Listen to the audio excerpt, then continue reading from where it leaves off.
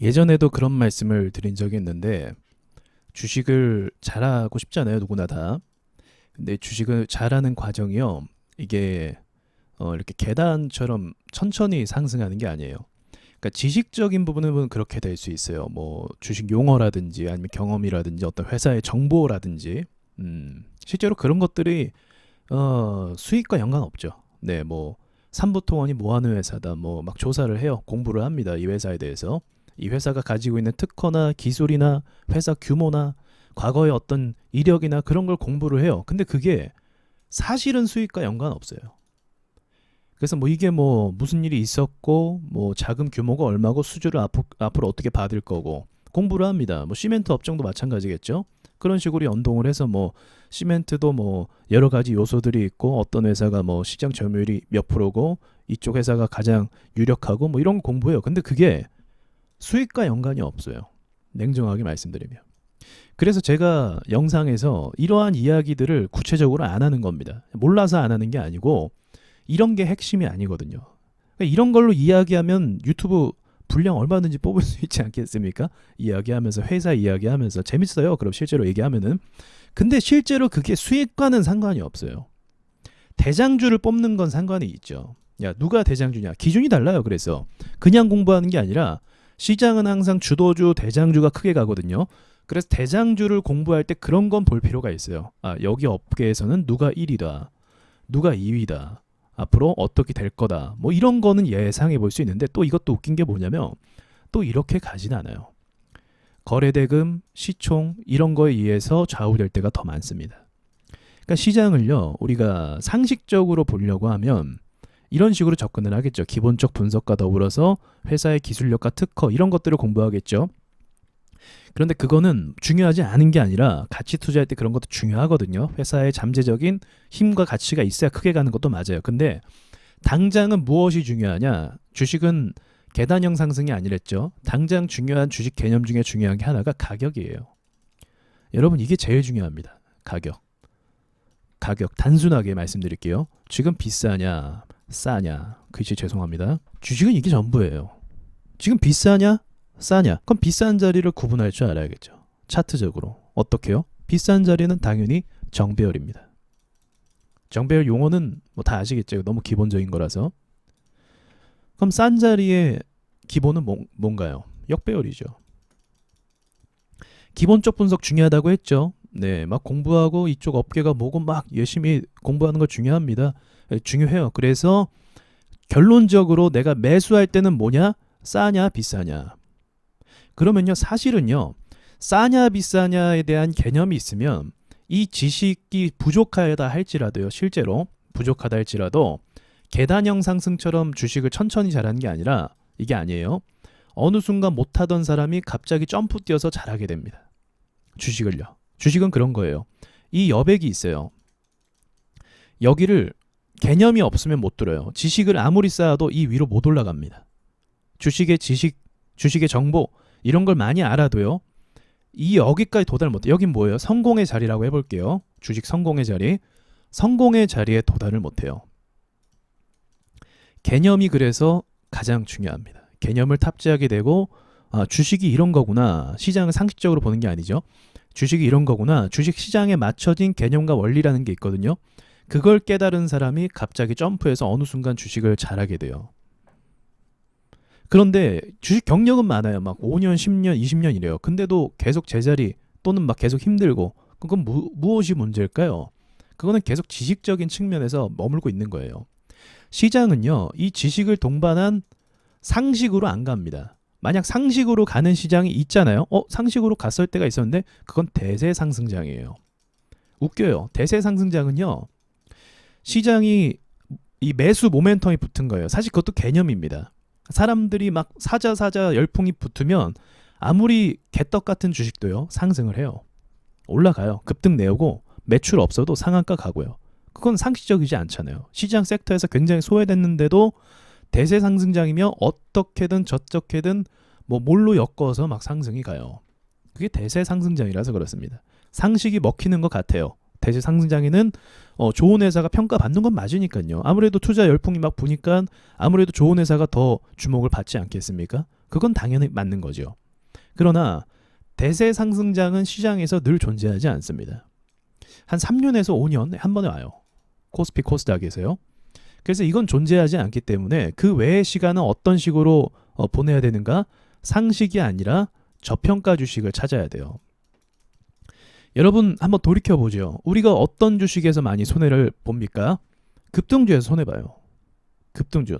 빠르게 치고 올라가는 종목들. 그러다가 시장이 꺾이거나 갑자기 악재가 터지거나 그런 주식에서 막대한 손실을 입게 되죠.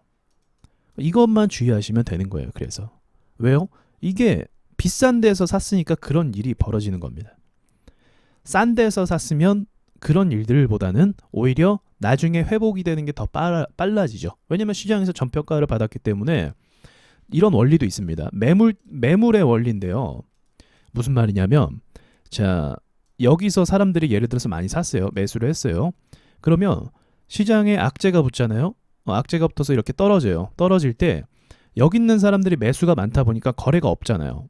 거래가 없는데 여기 물량은 많아요. 그럼 거래가 없는 상태에서 사람들이 팔면 어떻게 되겠습니까? 급락이 나오는 거예요. 급락이. 시장 악재의 강도가 약해요. 강도가 그렇게 세진 않아요. 그러나 이 매물대의 개념 때문에 이 개념이 매물대의 개념이거든요. 매물대 개념으로 인해서 시장의 회사죠. 회사의 본질과 상관없이 이 사람들이 나가고 싶을 거 아니에요. 계속 참고 있진 않잖아요. 나가고 싶어 하잖아요. 이 나가고 싶어 하는 사람들로 인해서 하락의 강도가 악재가 크지도 않는데 하락의 강도가 점점 강해지고 요만큼 떨어질 게 요만큼 떨어집니다. 자, 그런데 만약에 매물을 이제 다 던졌어요. 이 사람들이 다 던지고 이제 보합을 가는 중이에요. 그러면 이제 나갈 사람이 많이 없기 때문에 시장이 안 좋아지고 꼬꾸라져도요. 하락하는 강도가 약해져요. 그럼 리스크적인 측면으로서는 어떤 것이 더 안전할까요? 이쪽이 더 안전하죠. 근데 대부분 어디서 매수하죠? 여기서 매수하죠. 그러니까 고점에서 매수하고 이 매물대의 압력으로 더 많은 하락을 받게 돼서 버틸 수 없게 결국 나가버리는 1년 동안 주식 가지고 있을 수 없잖아요. 이런 원리가 존재하는 겁니다. 이거는 제가 단편적으로 설명을 드린 건데 그래서 제가 여러분께 섹터에 대한 말씀을 드리는 거예요. 그냥 할 거 없어서 하는 거 아닙니다. 바이오 섹터 개념을 아셔야죠. 바이오의 개념. 바이오 개념은 진짜 약을 만들어서 부자가 되는 회사는 없어요. 정말 많이 없습니다. 많이 없습니다. 그럼 대부분 어떤 식으로 오르냐? 기대감, 치료제 이런 것만으로 올라요. 그럼 바이오주를 접근하실 때 어떻게 접근하셔야 돼요? 아, 이 회사가 임상이 성공하겠다. 아니에요. 임상 성공한다는 생각으로 접근하시면 안 돼요. 임상 3상 가겠다는 생각으로 접근하셔야 돼요. 개념 자체가 틀려요. 임상의 성공은요. 정말 하늘의 별 따기입니다. 그 적은 가능성으로 내가 의학 전문가도 아니고 그렇잖아요. 그리고 임상을 넣는 의학 박사들조차도 성공될지 안 될지 몰라요. 실험이잖아요. 아무도 모릅니다.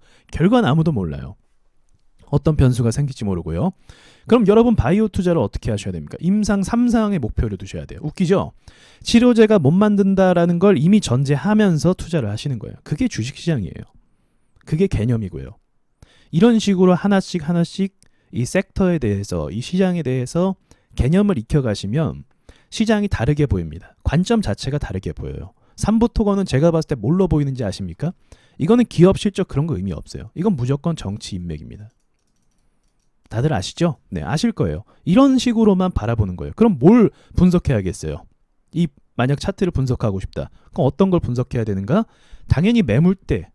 어디서 많은 사람들이 물렸는가?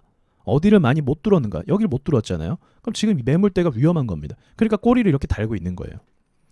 그리고 또 어떤 걸 분석합니까? 이게 진짜로 지금 정치 테마 쪽으로 엮였는데 그리고 이제 저기 건설 쪽으로도 의미가 있죠. 그쪽 정책이 계속적으로 일어나니까 앞으로 어떤 의미가 있어요? 재료적인 측면에서는 계속적으로 튀어오를 수 있겠다라는 생각을 가질 수가 있는 거죠. 그리고 건설 쪽에서 얘가 먼저 튀어올랐거든요. 그럼 이제 앞으로 어떤 생각을 합니까? 건설하면 삼부토건이에요. 삼부토건이 기술이 많고 건설 쪽에서 뭐 이렇게 매출을 많이 일어나 그게 중요한 게 아니에요. 그게 중요한 게 아니고 지금 정치로 엮인 그리고 앞으로 건설 업계가 괜찮은데 그렇다면 삼부토건은 우리나라 어떤 기술의 1인자가 아니지만 지금 분위기와 상황상 이 주식이 가장 주목을 받을 가능성이 높다. 그럼 건사라면 뭐다? 삼부토건이다. 이렇게 관점이 바뀌어버리는 겁니다. 시선 자체가 이렇게 가는 거예요. 그러니까 이게 개념이죠. 그래서 주식을 처음 하시는 분들은 이런 생각 자체를 못 하세요. 그냥 상식적으로 보죠. 이게 무슨 회사지? 그래서 재무제표 보시고 의미는 있습니다. 기본적 분석할 때. 그러나 지금 상황에서 그걸 따지는 게 아니죠. 지금 상황에서는 뭐 매출을 따지는 상황이 아니에요. 이해가 되시죠? 지금은 테마주입니다. 미래에 대한 기대치 이런 걸로 오르고 있는 거예요. 그래서 이러한 업종에 대한 이런 특색을 분석하시면 여러분께서 천천히 성장하시는 게 아니라 이렇게 성장하는 게 아니에요. 어느 순간 딱 깨달음을 얻어서, 깨달음이 진짜 중요해요. 깨달음을 얻어서 갑자기 점프를 뜁니다. 그리고 나서 매매 스타일이 완전 달라져요. 180도. 그리고 나서 계좌가 바뀌기를 시작합니다. 여러분이 그런 쪽으로 이제 아셔야 된다는 것을 말씀드리면서 여기까지 말씀드리고 마칠게요.